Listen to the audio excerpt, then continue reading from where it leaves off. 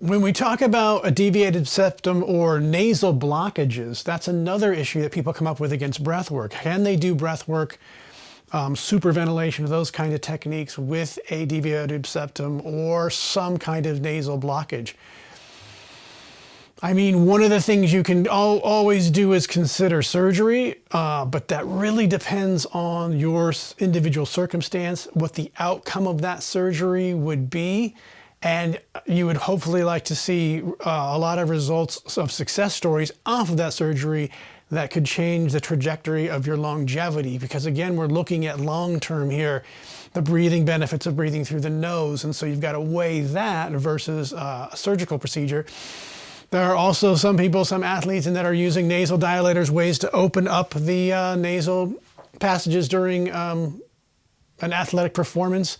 In my case, when I'm uphill running and I am trying to get more air in, I will literally just gently lift up my nose a little bit. There's different ways to do it. I don't like inserting plastic in my nose. It's not good for the nose. Actually, shove plastic in there and crush everything that's going on. You have small little tiny hairs that are there for filtering. You have all kinds of important things in there. And so just, shoving something in there and opening it up is again, for me, a last resort. So I don't use nasal dilators, but I know that athletes do for opening up the nose passages and the airways. Again, so much of this is the fact that we haven't used our noses for breathing, especially in a high cardio event where you're really, you're maxing out your ability to breathe in a race of some kind.